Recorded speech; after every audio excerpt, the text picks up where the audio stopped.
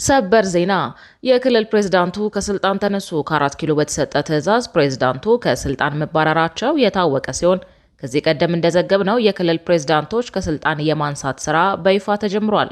በቀጣይ ከስልጣን የሚነሳው የክልል ፕሬዝዳንትም በጭምጭምታ መልክ ማን እንደሆነ እየተነገረ ነው።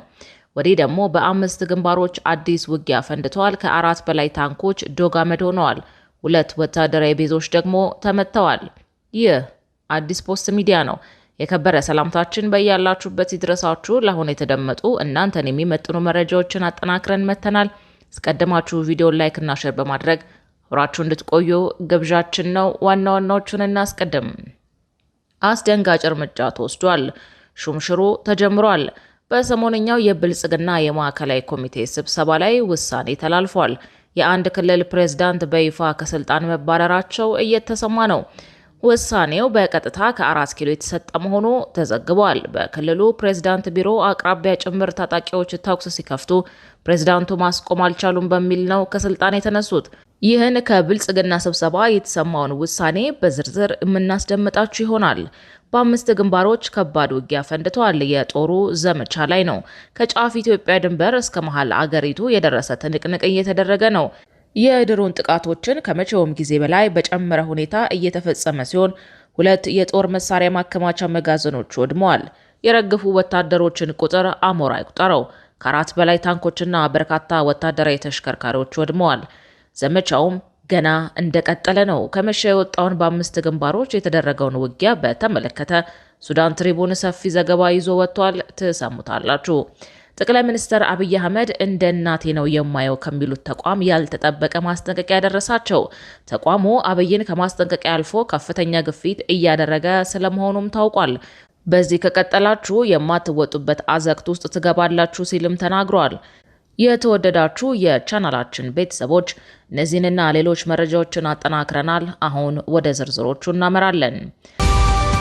ጠቅላይ ሚኒስትር አብይ አህመድ እንደ እናቴ ነው የማየው ከሚሉት ተቋም ያልተጠበቀ ማስጠንቀቂያ ደረሳቸው።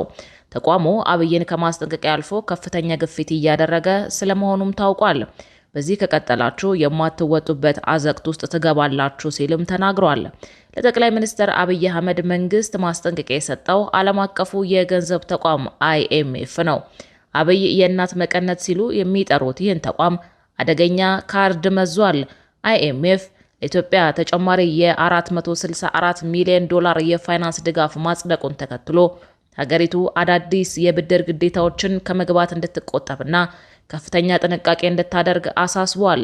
ይህ የገንዘብ ድጋፍ ይፋ የተደረገው የኢትዮጵያ የማክሮ ኢኮኖሚ ማሻሻያ ፕሮግራም 5ኛ ዙር ግምገማ መጠናቀቁን ተከትሎ ነው። የተለቀቀው ገንዘብ IMF ከ2 ዓመት በፊት ካጸደቀውና በ4 ዓመታት ውስጥ በክፍል እንደሚለቀቅ ከተስማማበት የ3.4 ቢሊዮን ዶላር የብድር ማዕቀፍ አካል ነው።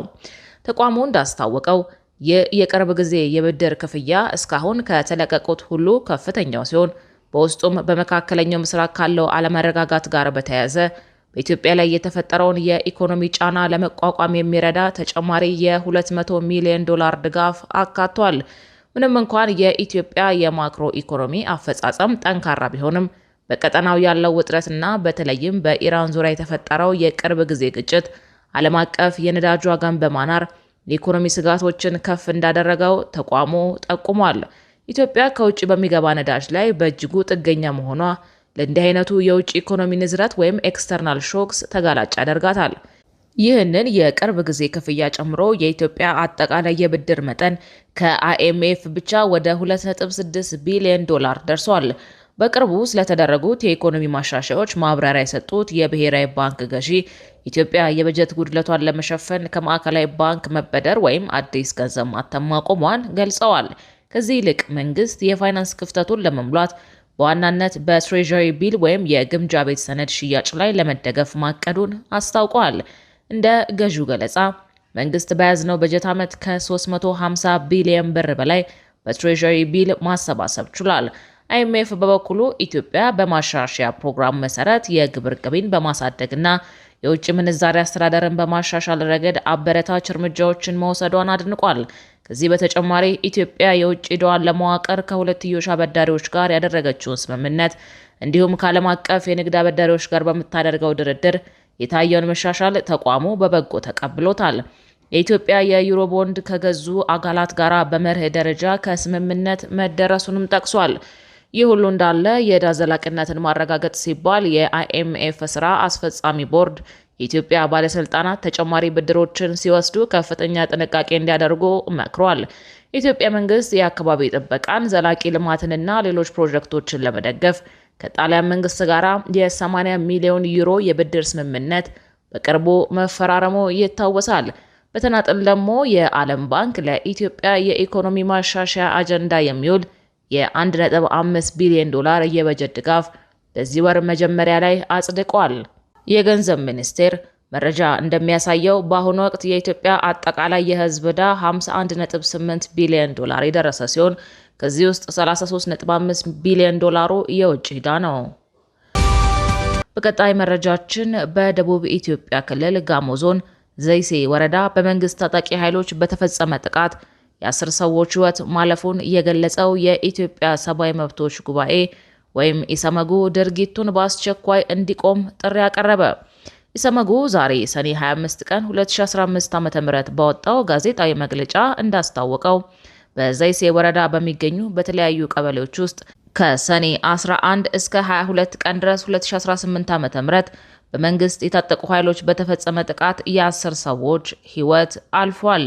በተጨማሪም በ3 ግለሰቦች ላይ የአካል ጉዳት፣ ጾታዊ ጥቃት፣ የንብረት ዘረፋና ውድመት እንዲሁም የጅምላ እስር መፈጸሙን ድርጅቱ ከአካባቢው ካሰባሰበው መረጃ ለማረጋገጥ መቻሉን ገልጿል። ከአካባቢው በተነሱና ምላሽ ባላገኙ የማህበረሰብ ጥያቄዎች ሳቢያ እየተባባሰ የመጣው በዚህ ጥቃት ምክንያት በርካታ ነዋሪዎች ህይወታቸውን ለማዳን ሲሉ መኖሪያ ቤታቸውን ለቀው መሰደድ መገደዳቸውን መግለጫ ያስረዳል። ኢሰመጉ በየካቲት ወር 2018 ዓ.ም በተመሳሳይ መልኩ ጥሪ አቅርቦ የነበረ ቢሆንም የሰብአዊ መብት ጥሰቱ አሁንም ተጠናክሮ መቀጠሉን ገልጿል። ጉዳዩን አስመልክቶ ከአርባ ምንጭ ዙሪያ ወረዳ አስተዳደር መረጃ ለማግኘት የተደረገው ጥረት እስካሁን ባይሳካም ወደፊት ተጨማሪ ምርመራዎችን በማድረግና የወረዳውን ምላሽ በማካተት ዝርዝር መረጃዎችን ይፋ የሚያደርግ መሆኑን አስታውቋል። በመጨረሻም የኢትዮጵያ ሰብአዊ መብቶች ጉባኤ ወይም ኢሰመጉ የተለያዩ ጥሪዎችን አስተላልፏል። የደቡብ ኢትዮጵያ ክልልና የጋሞ ዞን የጸጥታ አካላት የንጹሃንን ደህንነት የመጠበቅና የሰብአዊ መብቶችን የማክበር ኃላፊነታቸውን እንዲወጡ፣ የጸጥታ አካላት በወንጀል የሚፈልጓቸውን ግለሰቦች በቁጥጥር ስር አውለው ፍትህ የማግኘት መብታቸውን እንዲያከብሩ፣ በክልል የሚነሱ ጥያቄዎች ህግን በተከተለና ማህበረሰቡን ባሳተፈ ሰላማዊ መንገድ እንዲፈቱ፣ በዘይሴ ማህበረሰብ ላይ እየተፈጸመ ያለው የሰብአዊ መብት ጥሰት በአስቸኳይ እንዲቆም ተገቢውን ትኩረት ተሰጥቶ በአካባቢው በደረሱት ጥሰቶች ላይ አፋጣኝ ማጣራት ተደርጎ ጥፋተኞች ለህግ እንዲቀርቡ አበክሮ ጠይቋል። በቀጣይ መረጃችን በ5 ግንባሮች ከባድ ውጊያ ፈንድቷል። ጦሩ ዘመቻ ላይ ነው። ከጫፍ ኢትዮጵያ ድንበር እስከ መሃል አገሪቱ የደረሰ ትንቅንቅ እየተደረገ ነው። የድሮን ጥቃቶችን ከመቼውም ጊዜ በላይ በጨመረ ሁኔታ እየተፈጸመ ሲሆን 2 የጦር መሳሪያ ማከማቻ መጋዘኖች ወድመዋል። የረገፉ ወታደሮችን ቁጥር አሞራ ይቁጠረው። ከ4 በላይ ታንኮችና በርካታ ወታደራዊ ተሽከርካሪዎች ወድመዋል። ዘመቻውም ገና እንደቀጠለ ነው። ከመሸ የወጣውን በ5 ግንባሮች የተደረገውን ውጊያ በተመለከተ ሱዳን ትሪቡን ሰፊ ዘገባ ይዞ ወጥቷል። ወደ ኢትዮጵያ ድንበር ይበልጥ እየተጠጋ ያለው የሱዳን ጦርነት ቀጥሏል። የአልቡርሃን ጦር መጠነ ሰፊ ዘመቻ ማወጁን ተከትሎ በ5 ግንባሮች ከባድ ውጊያ እየተደረገ ነው። ውጊያ በአየር ኃይል ጭምር እየታገዘ ሲሆን ሲቪሊያኖችን ጭምር ጭዳ እያደረገ ነው። የሱዳን ጦር ባለፉት 2 ሳምንታት ውስጥ የፈጣን ደረሳ ኃይሎች ንብረት የሆኑ ወደ 224 የሚጠጉ የጦር መኪኖች እንዲሁም የጥይትና የነዳጅ መጋዘኖችን ማውደሙን ይፋ አድርጓል። ወታደራዊ ዘመቻዎቹ በ5 ግዛቶች ማለትም በ5 ግንባሮች ውስጥ የተካሄዱ ሲሆን ይህም በሁለቱ ተፋላሚ ወገኖች መካከል እየተባባሰ የመጣውን ግጭት የሚያሳይ ነው። በቅርብ ወራት ውስጥ ሁለቱም ወገኖች በሰው አልባ አውሮፕላኖች ጥቃት ላይ ያላቸውን ጥገኝነት የጨመሩ ሲሆን በኮርዶፋን፣ በዳርፉርና በኢትዮጵያ ድንበር በብሉ ናይል አካባቢዎች እንዲሁም በዋይት ናይል ግዛት ውስጥ ከፍተኛ የአየር ላይ እንቅስቃሴ መመዝገቡ ተገልጿል። እነዚህ የድሮን ጥቃቶች በደርዘን የሚቆጠሩ ሲቪሎች ላይ ጉዳት ያደረሱ ሲሆን እንደ ሆስፒታሎች፣ ትምህርት ቤቶችና የውሃ ተቋማት ያሉ የህዝብ መሰረተ ልማቶች ላይም ከባድ ውድመት አስከትለዋል። የጦሩ ቃል አቀባይ በሰጡት መግለጫ የታጠቀው ኃይልና አጋር ቡድኖች ከሰኔ 15 እስከ ሰኔ 30 ባለው ጊዜ ውስጥ ተከታታይ የጦር ሜዳ ስኬቶች ማስመዝገባቸውን ተናግሯል ሲል ሱዳን ትሪቡን ዘግቧል። ጦሩ 224 የጦር መኮንኖችን ማውደሙን፣ 36 ወታደራዊ ተሽከርካሪዎች መማረኩን፣ አንድ ዘመናዊ ድሮን መትቶ መጣሉን እንዲሁም 2 ታንኮችን፣ ወታደራዊ ቁሳቁስ የጫኑ 5 የጭነት መኪኖችንና 4 የነዳጅ ቦቴዎችን ማውደሙን ገልጿል። እንደ መግለጫው ከሆነ ወታደራዊ ዘመቻዎቹ 2 የጥይትና የጦር መሳሪያ ክምችቶችን እንዲሁም 2 የነዳጅ መጋዘኖችን ወደ ማውደም አምርተዋል። በሰሜን ዳርፉር ግንባር ጦሩ በአቡ ቃምራ አካባቢ ዘመቻ ያካሄደ ሲሆን 39 የጦር መኪኖችን በማውደም በአርኤስኤፍ ላይ የሰው ኃይል ጉዳት ያደረሰ ሲሆን ከአልታዊሻ በስተሰሜን ደግሞ ስትራቴጂካዊ ድሮን መትቶ ጥሏል። በምዕራብ ዳርፉር ግዛት በኩልቡስና አካባቢው በተካሄደው ሌላው ወታደራዊ ዘመቻ ደግሞ 10 የጦር መኪኖችን ለማውደምና 29 ሙሉ ትጥቅ የታጠቁ መኪኖችን ለመማረክ አስችሏል። በሰሜን ኮርዶፋን እየተካሄደ ያለው የአሰሳና የደህንነት ማስከበር ዘመቻ 119 የጦር መኪኖችን፣ 4 የነዳጅ ቦቴዎችን፣ 5 ወታደራዊ ትጥቅ የጫኑ የጭነት መኪኖችንና 2 የነዳጅ መጋዘኖችን ማውደሙን ቃል አቀባዩ ተናግረዋል። በደቡብ ኮርዶፋን የተካሄዱት ዘመቻዎች 27 የጦር መኪኖችን እያወደሙ ሲሆን በርካታ የፈጣን ድጋፍ ኃይሎች ወይም አርኤስኤፍ ተዋጊዎችን መግደላቸውን መግለጫው አክሎ አመልክቷል። በተመሳሳይ በኢትዮጵያ ድንበር በብሉ ናይል ግንባር ጦሩ ከባድ ውጊያ ካደረገ በኋላ የሰርካምና የማቅጃ አካባቢዎችን መቆጣጠሩን አስታውቋል። በዚህም 29 የጦር መኪኖችንና 2 ታንኮችን ያወደመ ሲሆን 7 ሌሎች መኪኖችን ማርኳል። እንዲሁም በኤልዳማዚን 2 የጥይት መሳሪያ መጋዘኖችንም አውድሟል። የጦሩ ቃል አቀባይ ሰራዊቱ መላውን ሀገር እስኪጠብቅና በመላው ሱዳን መረጋጋት እስኪመለስ ድረስ ዘመቻዎቹ እንደሚቀጥሉ አጽንኦት ሰጥተዋል በማለት ዘገባው ጠቁሟል። ሌላኛው መረጃችን አስደንጋጭ እርምጃ ተወስዷል ይለናል። ሹምሽሩ ተጀምሯል። በሰሞነኛው የብልጽግና የማዕከላዊ ኮሚቴ ስብሰባ ላይ ውሳኔ ተላልፏል። የአንድ ክልል ፕሬዝዳንት በይፋ ከስልጣን ማባረራቸው የተሰማ ነው። ውሳኔው በቀጥታ ከ4 ኪሎ የተሰጠ መሆኑ ተዘግቧል። በክልሉ ፕሬዝዳንት ቢሮ አቅራቢያ ጭምር ታጣቂዎች ተኩስ ሲከፍቱ ፕሬዝዳንቱን ማስቆም አልቻሉም በሚል ነው ከስልጣን የተነሱት። ከስልጣን ተነስተዋል የተባሉት የጋምቤላ ክልል ፕሬዝዳንት ናቸው።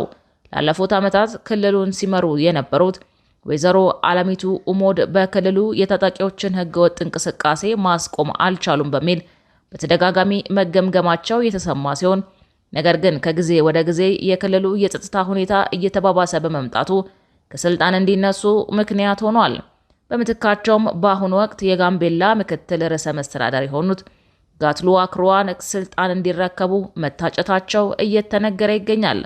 የጋምቤላ ክልል በሰፊ የጸጥታ ቀውስ ውስጥ እየዳከረ ይገኛል። በክልሉ በዋናነት በአኝዋክና በኑዌር ብሔረሰብ ታጣቂዎች መካከል የሚነሱ ግጭቶች ለሰዎች ህይወት መጥፋትና መፈናቀል ምክንያት ሆነዋል። በታህሳስ 2018 ዓ.ም የጋምቤላ ከተማ ፖሊስ አዛዥን ጨምሮ ሌሎች ከፍተኛ መኮንኖች በታጣቂዎች መገደላቸውን ተከትሎ ከፍተኛ የጸጥታ ቀውስ ተከስቶ ነበረ። በጋምቤላ ከተማ ዙሪያና በተለያዩ ወረዳዎች ለምሳሌ በኢታንግና አቦል በህዝብ ማመላለሻ ተሽከርካሪዎች ላይ የሚሰነዘሩ ድንገተኛ ጥቃቶች የህዝቡን የነጻነት እንቅስቃሴ ገድበውታል። ከዚህ በተጨማሪም ከደቡብ ሱዳን ድንበር እያቋረጡ የሚገቡ የታጠቁ የሙርሌና ሌሎች ጎሳዎች የሚሰነዘሩት ጥቃት፣ ዝርፊያና የህፃናት እገታ የክልሉን ሰላም ሁልጊዜ በስጋት ውስጥ የሚጥል ነው።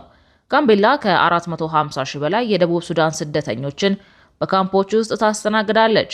በቅርቡ በደቡብ ሱዳን ጆንግሌ ግዛት በነበረው ወታደራዊ ዘመቻ ምክንያት አዳዲስ ስደተኞች በከፍተኛ ሁኔታ መግባታቸው በአካባቢው ሀብት ማለትም ውሃና መሬት ላይ ፉክክር በመፍጠር በአካባቢው ማህበረሰብና በስደተኞች መካከል አልፎ አልፎ ግጭቶች እንዲቀሰቀሱ አድርጓል።